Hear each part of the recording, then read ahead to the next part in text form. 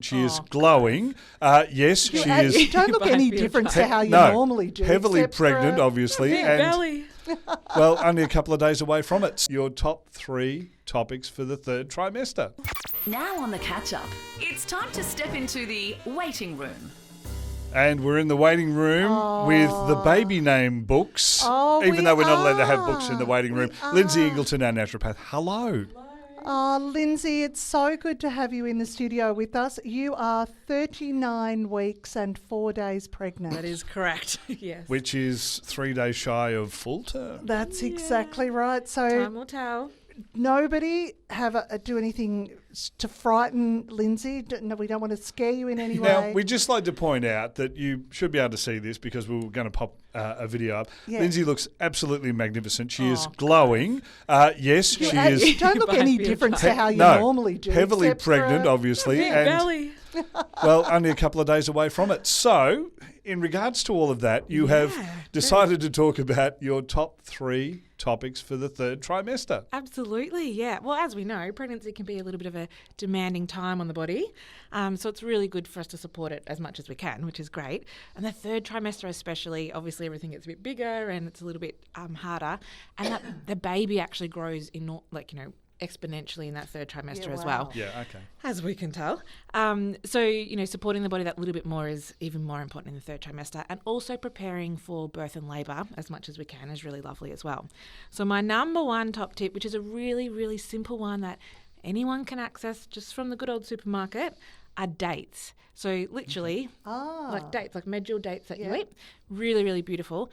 Not only are they loaded in lots of vitamins and minerals and antioxidants and even fibre, which is a good one to keep everything regular. The extra progesterone during pregnancy can slow things down a little, not to mention those intestines are a bit squished. Yes. So that's all wonderful for all stages of pregnancy.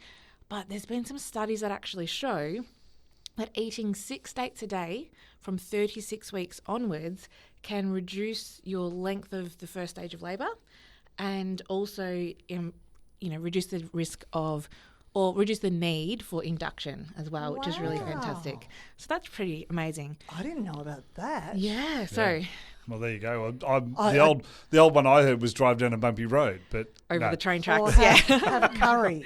Yeah, hot curry and the curry, cod liver oil and all of those things as well. Okay. Anyway, dates are probably a better way of doing it. A bit easy, and you can just have them as a lovely little snack. My top tip though is to make sure you spread them out because 6 dates is quite high in sugar, so we want to have sort of 2 at a time and split them up over the day, maybe with a handful of nuts as a nice little snack. Right. Okay. So super simple, but 6 a day from 36 weeks is the way to go.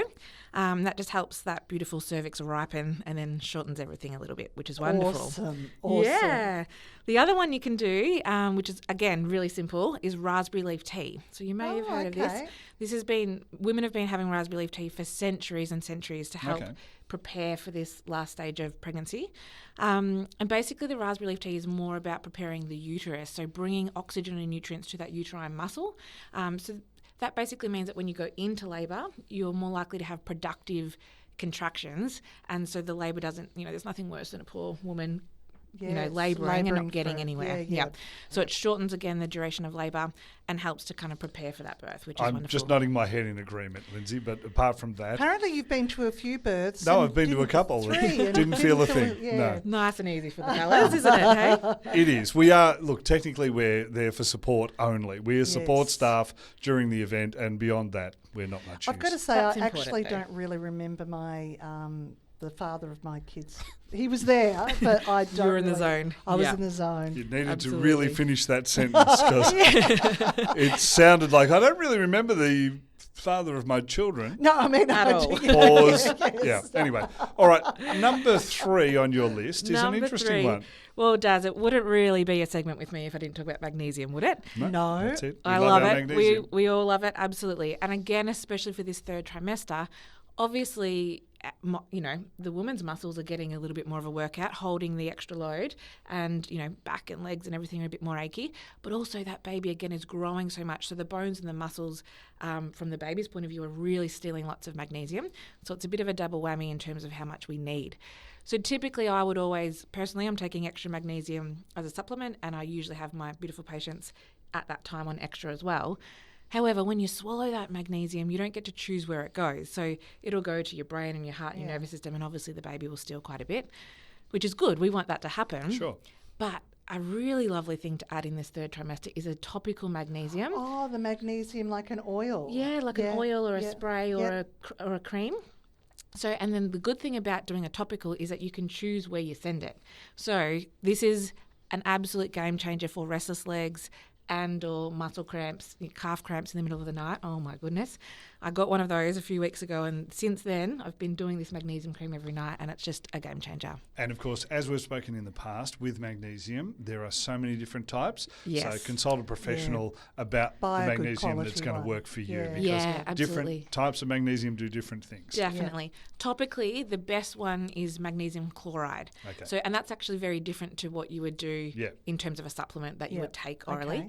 So, but yeah, if you're going to pick a topical one, a cream or a lotion or an oil, make sure the main ingredient is magnesium chloride. That's the one that's absorbed through the skin. Again, talk to a naturopath. Not Lindsay, because Lindsay's going to be busy She's had a baby. Yeah, Not for for the a little next while. Now, has it been, given that you've given so much advice over the years to mums and mums to be, has it been different for you to be the mum this time? Absolutely. It's been a huge learning curve. And, you know, it's one thing, as we know, to learn things by the books and in theory and everything, and that's wonderful, and it's still wonderful information, but to go through it is such, and I've still got a little bit of a journey ahead, obviously, to go Just through. a little bit. the next 30 or 40 years, apparently. Lindsay, we are out of time. It's fabulous to see you. Lovely that you could come in. Good luck with it all, Thank you because so I got much. a feeling next time we talk to you, you may be a mama. I think I will be. Yeah. All right. Thank you for coming in. Thanks so much. Those tips are up on our website at bay939.com.au to check it out there. The Catch Up, Bay 93.9.